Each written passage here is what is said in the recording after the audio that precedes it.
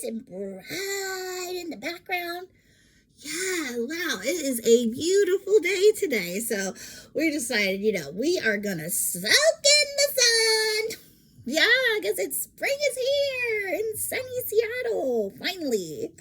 So, what are we talking about? Because I know we're talking about something.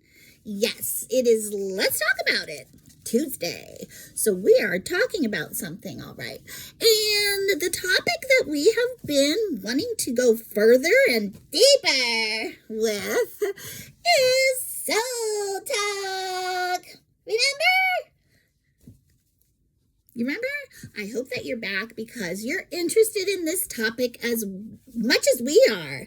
Yeah, we have just been really soaking that up too. Sopping it up. So much to digest.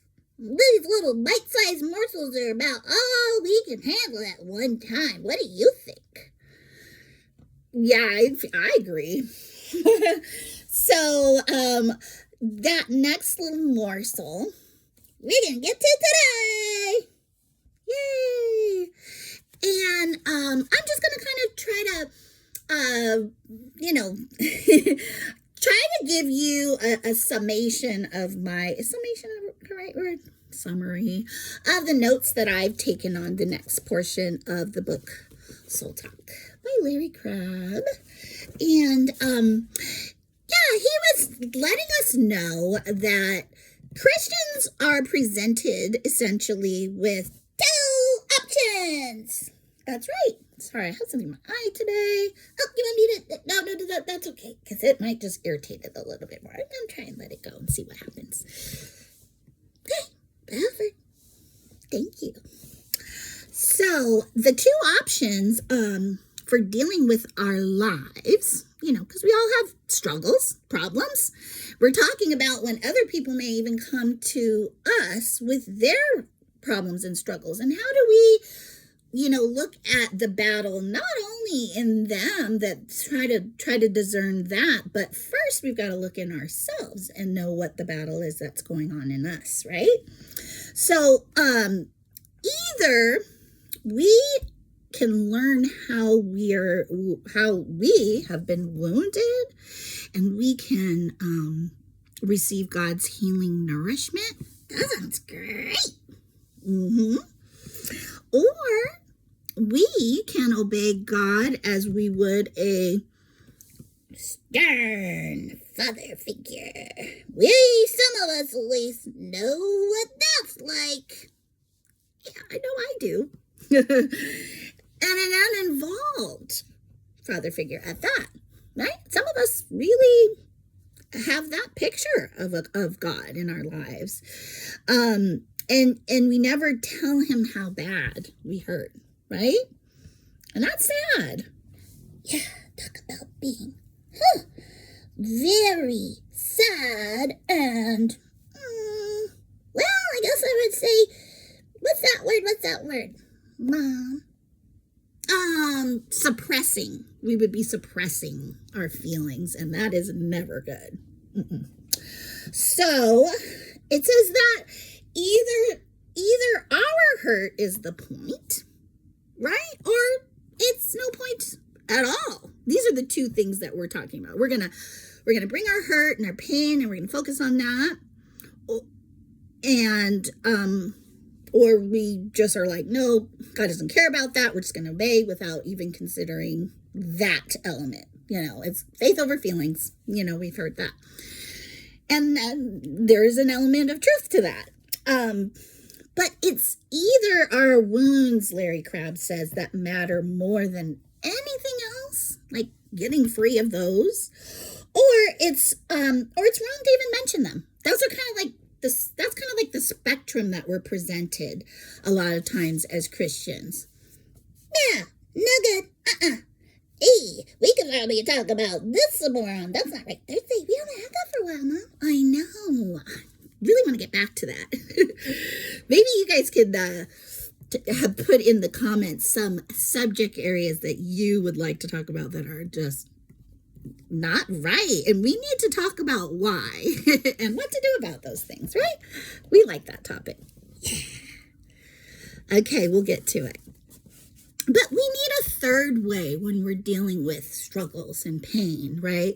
That we both want to bring out and honor, and we also don't want to neglect. But also, maybe we're not trying to make that the point at the same time, right? So it says in the book SoulTalk, again by Larry Crabb, that a way that combines a passionate sensitivity to our deepest struggles with a tender insistence that something matters more than how we feel. Okay, I can dig it. Yeah, we talked a little bit about feelings and sort of their place, like feelings are important. But like when we talk about love, we know that love is not founded on feelings. It's founded, first of all, love of God is love. That's a person. And the way that his character acts itself out is also more than a feeling. It's action. Yeah. So we don't want to just, we know that we want to go beyond our feelings, though we want and need to express them. It is healthy to face our pain, says Larry Crabb, the pain that is in our souls, deep in there. Many and can stay there, right? And that's the thing we don't want. It could fester. I like that word. I mean, I don't like it, but it's a pretty cool word because it really describes something that you can just visualize, right? Yeah, I agree. So you don't want it to fester in there where we're not dealing with it. And then it says, it says to feel bad when others, it's okay. It's healthy to face the pain and to feel our feelings, to feel bad when others have violated our dignity, right? For an example. And to admit to ourselves how desperately we long to feel loved and valued, right? The Search for Significance. It's another book that I have. And accepted as we are. Okay? But in the middle of all this, we're sticking to the notes. We need to remember that the point of Christianity is not about us, but the God who cares for us. Yeah, and some people, I don't want that to be taken the wrong way. Okay? God cares for us. Focusing on us and the end result of that, we may have already experienced, is not going to get us where we want to go either. So we must do more than superficially, however, agree that finding God is more important, right? First things first, remember that? Yeah. We can tell ourselves that all day long. Do we really believe it? Or are we ready to achieve that? Yeah, that's a good question. So, it says finding God is more important than solving our problems until the reality of God crowds. Yeah, we can tell ourselves that, right? But it's not going to take effect until the reality of God crowds out every other reality. Until we're moved to know him with a passion that we feel nowhere else. We will not use the struggles of life as an impetus. Ooh, I like that word too. Me too. That's a good, strong word. It's very action-oriented. Yeah. The impetus to find God. And until our passion, passion, we love that word, don't we? Yeah, for finding God is deeper than any other passion. Well, guess what? We will arrange our life according to our tastes and not God's. And that's never gotten us actually where we need to go. Have you ever noticed that? So that's why we're looking at this third way. It combines that, like I said, that passionate sensitivity to our deepest struggles with the tender insistence that something matters more than how we feel. Okay? And I will also want to elaborate just a little bit more by saying, okay, so let me go ahead and do a little, are we getting to the quote part? Because this has been a lot of notes straight out of the book. Watch yourself. Okay. Okay, let me see if there's something that I can quote.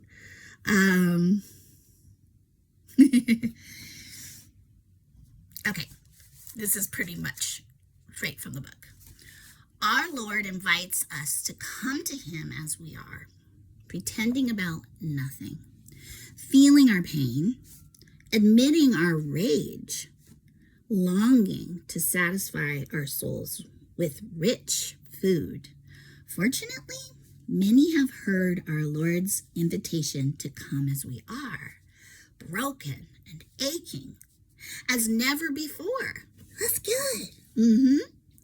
The church is aware that its people are broken and in pain. And that's good, as I said. But this welcome sensitivity has... Whoa, I feel something negative coming on. Yeah, it's backfired. Okay, listen. But stay with me. Rather than drawing us closer to God and freeing us to care more deeply about others, which is where we want to go, this sensitivity has made us more aware of how intensely we long to feel better about ourselves. Okay? Helping people to feel loved and worthwhile has become the central mission of the church. Okay, and then again, it's not a bad thing, but it can't be central. It can't be the ultimate goal. Okay, we're learning not to worship God in self-denial and costly service, but rather to embrace our inner child. Okay? And to some degree, I think we all feel a sense that that is needed. That's okay. But we can't have that at the expense of where God is taking us, right? Costly service, self-denial, care for others. Instead to embrace our inner child, heal our memories, overcome addictions, improve our self-images, establish boundaries. Yeah. Exactly. I've been a big cheerleader for those things, and I think that is wonderful. Okay, so don't get me wrong.